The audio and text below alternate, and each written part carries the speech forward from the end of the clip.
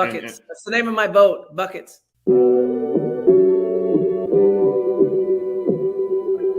Buckets. What we get. Not the only transfer we got from Florida. Keith Stone, too. Remember that. Everybody who watches his show on a regular basis knows my love of the stretch four. You know, we all make mistakes. He might have made one going to Tallahassee. If y'all don't know. Dribble to the left, cross over to the right. Hurricane to the game, many buckets for the night. Matt with the pick and roll, Melissa with the give and go. Vish, alley-oop, hoodie girl dunking in the hole. Check the scoreboard, this what we fall for. Beat the gameplay, they want an encore. Yeah, overtime for another round. It's buckets out the buckets, baby. You out of time. It's buckets. What it is, homie, it's buckets. Woo! We get buckets. Yeah, baby, buckets.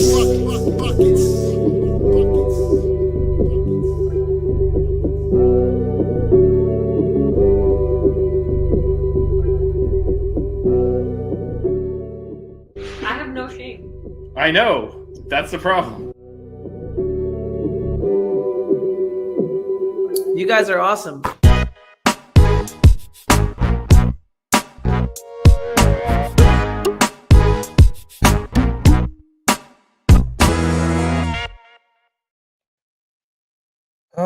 Sigh. Another loss for the Canes. Shout out to Josh in the chat, one of our regulars. Yeah, that was not good. That was Syracuse is a good team. They're gonna make the tournament. There was an opportunity to beat them, and unfortunately you don't do that when you're fundamentally just as bad as the Canes, not just were in this game, but be just honest about it, have been all season. This is just a continuation of that. And it showed up in a big way here.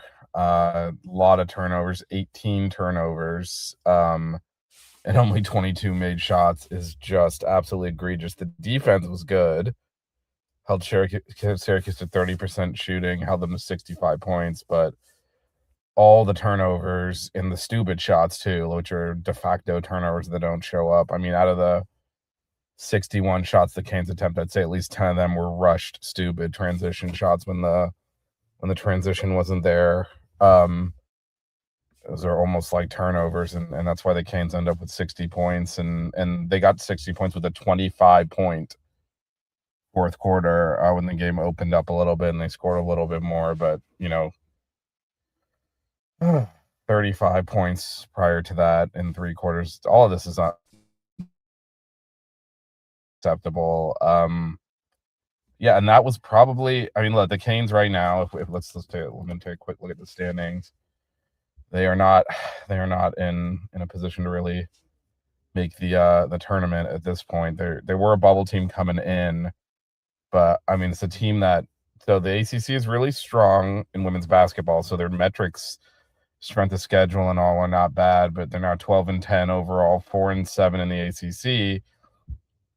And Syracuse was a chance to potentially get a quality out of conference win. I mean, get a quality win. They do not have any quad one wins, and this would have been that. And instead, it's another loss in a situation where just turnovers and stupid decision making, stupid shots, rush shots hurt them. And now if you look at the rest of the schedule. There's nothing really there to bolster. Maybe Virginia at Virginia, the next game on Thursday would be a quad one opportunity, and potentially at Georgia Tech at the end of the season, although not likely to be a quad one opportunity, and that's it. Canes have played a tough schedule, and unfortunately they've lost to all of the good teams they played. So the resume doesn't have quality wins, and it doesn't have, overall records 12-10. So there's really nothing to hang your hat on. Now, a lot of these games are winnable going the rest of the way. And so you gotta win the games that you need to win, but then probably need to win out at this point. But yeah, so question for Josh, do you think Nate and Gallup are a sustainable backcourt moving forward next year? I don't know about that. I had questions overall just about the shooting that this starting lineup is bringing in here. It's not. There's not a lot of shooting there. Vicky is really the only knockdown shooter on the team, and so you have Nay and Gal together. It's tough. I do think Gal is really struggling with the physicality, that transition to playing every game against teams that are physical and key off of her. 6 of 16 today, 7 turnovers is just not. It's not good enough from someone that you're playing 37 minutes, and I think she's struggling with that. It's hard, right? I do think one of the issues is we overhaul the roster every year. It's hard to get that cohesiveness and that energy. But with all that being said, these are a lot of poor fundamentals here. So, they both have to shoot better if they're going to, frankly, with the way that they shoot, neither of them should really be starting, right? If you can't consistently shoot, it's hard to be a starter at this level. And if you look at the Canes backcourt and the statistics they put up, the percentages are not good. They're not. And so, I don't know what to. We can talk a lot about what the fit is, and they're both kind of slight and all of that, but Gal is 26% from 3, Nay is 22%. That's a starting backcourt. No, that's not good enough shooting. And so should either of them be starting might be a better question. Not should both of them start together. There's obviously not, this roster. I worry about getting on that hamster wheel of get on that hamster wheel of just turning the roster over annually. But this sort of play overall is not acceptable. The turnovers aren't acceptable. The missed open shots, the stupid shot attempts, all of that stuff is not really acceptable. And yeah, today she had 7 assists and 7 turnovers. Gal did, since that's the topic. And missed a lot of shots, took some tough ones that when you're not shooting well, you probably shouldn't be taking. And yeah, all of that adds up to a loss. And let's not forget the end of the first quarter was. Look, there were a lot of. Yeah, unfortunately, CCH saying he thought it was good luck because he turned it was down 16, and the Canes went on a run and kind of got back into it. But then, again, the turnover bug bit them. Multiple possessions without a shot attempt after that because, that's the way that they play. It's one thing to say, bad game with the turnover. This has been regular. The low basketball IQ has been a hallmark of this team. And you can point the finger any which way you want at the coaches, at the players, whatever. But whatever it is, it's not acceptable, and it continues. A large reason why this team continues to lose games. This game in particular was just a disaster of turning the ball over. There was a big, and the problem is that, I guess the positive is they played really good defense. So they kind of stayed within touching distance, but just couldn't get out of their own way. I think if you look at the end of the first half, especially first quarter, especially hold Syracuse to it, force a turnover. There's 20 seconds left. You're down 13-11. Worst case, you're like, all right, we're going to go in down 2. And instead, I don't, it defies logic what the Canes did, but, drove hard into the lane and forced up a wild shot, threw it into the underside of the rim with 10 seconds to shoot. Hughes got the rebound, went down, hit a 3, and you're down 5. And that's just, I'm sorry, that's not acceptable on the Pee Wee basketball level, let alone at Division I women's basketball. It's completely unacceptable. And, we've seen things like that now for 2 years. So I don't know what to say about it. It's just not good enough. You're not going to win games. We talk a lot about how the athleticism and how you have to be really athletic and skilled to play on this level. You also have to be fundamentally sound. You're not going to get away with this crap. And the Canes don't. They throw the ball away. They miss layups. They missed the free throw shooting was pathetic. you're not going to beat anyone at this level doing that, let alone a good team like Syracuse. So the defense was really good. Everything else was bad. Thought Rachi had a good game. Didn't shoot enough, frankly. She only took 7 shots. Gal took 16. And then Shea did not have a great game offensively, but I thought defensively she was really good.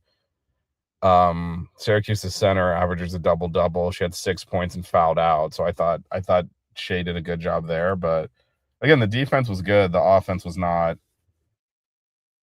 And the Canes paid the price for that with the turnovers and the missed free throws. 9 missed free throws, 18 turnovers, 22 made baskets. That'll get you beat every single time, and it did here. By the way, Syracuse shot the same number of free throws. They're 16 and 19. The Canes are 10 and 19. Syracuse wins by 5. There you go. I mean, it's that simple. And then Syracuse, of course, 9 turnovers to the Canes 18. Those 2 numbers cost you the game. And again, the Canes are basically yeah, and Josh, I think as teams have adjusted to what the Canes do well, the Canes have not adjusted back. Yeah, they almost beat Iowa. They blew a big lead actually against Oklahoma State. There have been opportunities here, but you've got to play fundamentally sound to get through an ACC schedule. And the Canes are the opposite of that. Everything is sloppy, way too many turnovers, way too many what the hell shot was that moments. And it's pretty regularly, so it's hard for them to string consecutive possessions together and really like grow a lead or capitalize when you're playing well, because regardless of what you do, the next stupid shot or stupid turnover is coming. Like they can't go 10 possessions without doing something idiotic. And sometimes they string like 3 or 4 together, and that's when it gets really bad. But it's hard to get out of when you can't get out of your own way, and that's frankly where this team is right now, unfortunately. CCS, your question. This year's class was top 10 in the country, and you can actually see a little bit of that. They are playing some of these freshmen, Soma and Danielle. You can see the talent there, but they're not. Again, the basketball fundamentals are lacking. Natalie played a lot earlier in the year. Frankly, I think she should get more minutes. Her shot, she's supposed to be a stretch 4. Her shot has not been falling, and I think she got moved to the bench for that. But she fights for rebounds. In terms of fundamentals, I think she's a little bit more solid than some of these other ones. Doesn't turn the ball over nearly as much. Meredith Tipner has won us games this year. She only had 4 mistakes. She'd have 2 turnovers on her first 2 possessions. Came back in and played better, but they really rode the starters a lot. Rachi, Gal, and Shea all had 35 or more minutes, so there wasn't a lot of bench minutes. And then the other freshman in this class, Camille Williams, is redshirting with an injury. She was actually the highest rated one, so you can see there's talent here. But man, it doesn't look like anyone knows how to play together. And everything was disjointed. Everything is hard. And you're playing against teams. I mean, there were times where Syracuse would pass the ball around and move the ball, and you're like, they're so fluid, and we never look fluid. It's all really a struggle there. And again, you can kind of point to wherever you want on that, but none of this is good enough. And so, yeah, let's see where the Canes currently sit. They're 4-7 in conference. I will say it does look like they're headed towards making the ACC tournament this year, so that'll be better than last year. But, they've got – it's just – I mean, this team should be better than it is. They've got 7 games left, and they need to win probably 6 of them to really, say that this season was good enough or, a progress, really. If they can win 6 of 7, get to 10 and 8 in conference, again, probably won't be good enough to get into the NCAA tournament, but finish in the middle of the ACC as a stepping stone to maybe growing it next year. And that's kind of the goals have been reset. Again, this was a team that was picked to finish top 6, I believe, in the ACC, and they're not going to be close to that. So no, this is a disappointment. Yeah, I would like to see honestly, I'd like to see Natalie play more, and I'd like to see Meredith play more, because they look to be a little bit less fundamentally challenged, to put it nicely. But yeah, I think Soma should get more minutes, maybe. I mean, Danielle took Natalie's starting spot, and honestly, I get that she makes more of an impact in the sense that she shoots a lot. She doesn't.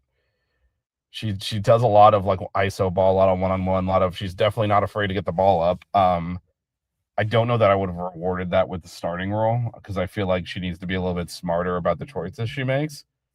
But she got into that starting lineup. She's been starting ever since. Obviously, we tried to get Soma a lot today. She played a lot today. She played 18 minutes, and Danielle played 19, so it was pretty much even. But Natalie played 3, Meredith played 4, so their minutes kind of went to those two. Well, a couple of things, right? You got to win games because right now you're only 12-10, so if you don't have a 500 record, you can't go to the postseason. So right now we need to actually win games because we're in danger of being ineligible. But sorry, the question on the screen is: do you think TC will decline the invitation for the WBIT, WNIT? I don't know.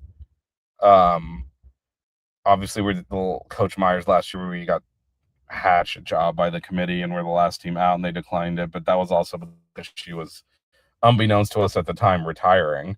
And just that was just it. So I don't know what the thinking is on that. You tend to lose money on those deals, the travel costs and even the home games don't generate the revenue. So it might be a financial decision too. Honestly, it also depends on where this team is headed. Like, we might see a mass exodus into the portal again. We'll see if we can keep this recruit like that. Like we said, we have a promising, and you can see shades of that on this team, but we'll see how many of them are here. And frankly, we'll see if we see some changes on something's got to change around here. So we'll see if we see changes on the coaching staff too. Not that we're advocating for any of that, but you can't look at this 2-year arc and say like the team is playing a good quality of basketball because they're just not. And we can make excuses, but that turnover of players and all that is just normal for college basketball now. So if you can't navigate that, that's a problem that's not going away. But we'll see. Those are off-season discussions. But I wouldn't be surprised if we see some kind of movement on the staff as well. Something different has to happen. You can't keep doing this like this, playing almost like it's like playing with a broken leg because of the number of turnovers and stuff we're making, and you can't just keep doing that. So I don't know. We'll see. Next game is, of course, another kind of one of a few maybe swings the Canes have of getting a quad 1 win. This definitely would be at Virginia on Thursday, the 5th. That is again, I hate to use the word must win because I don't realistically think this team can make the tournament now. But, if they're going to get a quality win, that's the only really good opportunity to do that the rest of the way. That is one of 3 road games in a row now they're going to take on, then 3 home games, and then finishing at Georgia Tech. But those 3 road games in a row, at Virginia, at Florida State, at Boston College. Florida State and Boston College are not good teams. Florida State's 2-7 in conference. Boston College is 0-11. Those are games you expect to win, but also are games that aren't going to make your resume. But if the Canes want any hope, they have got to win at Virginia, get the quality win, and and then also obviously not pick up a bad loss, those other 2, and then all of a sudden you're sitting there at 7-7 in conference, and you can start having some conversations. But that's a long way from here, and certainly playing this way with all these turnovers, it's hard to see that happening. But we'll see. Anyway, coming up this week, again, the Canes, the women are in Virginia. The men do not have a game until, I want to say, Saturday. They definitely don't have a midweek. Let me get that real quick so we can talk through that a little bit. Just the men are, they're off this week. They're at Boston College on Saturday and then have a big one at home against North Carolina. So really a light week. No hoops until Thursday when the women take on BC on the road. And then the women also then go to Florida State from there and play Florida State next Sunday. The men are at Boston College on Saturday. That's what's coming up. Also on Saturday, I know our guy CCH will probably be out there. Alumni baseball game. It's a softball game this year. If you watched last year, you might know why. But anyway, great event out there. Signing is going to be a scrimmage too for the team. So head out to the light on Saturday for the last weekend before baseball starts. Canes on Deck will also be back. Jazz and I are percolating that schedule, so stay tuned for that on the network. And yeah, that is it here from the Watt. Again, the Canes fall 65-60. Several turnovers and poor play here, and just not a good performance out of the Canes. And they fall 65-60 at home. And yeah, next game is at Boston College. At Virginia on Thursday. I will probably do a post game after that. But anyway, stay tuned to the network for our continued Buckets coverage, continued football coverage, and of course, baseball around the corner. Tough one today at the Watt, but we're always out here, and go Canes. Don't cry. Keep it chill. Wear good socks. Buckets.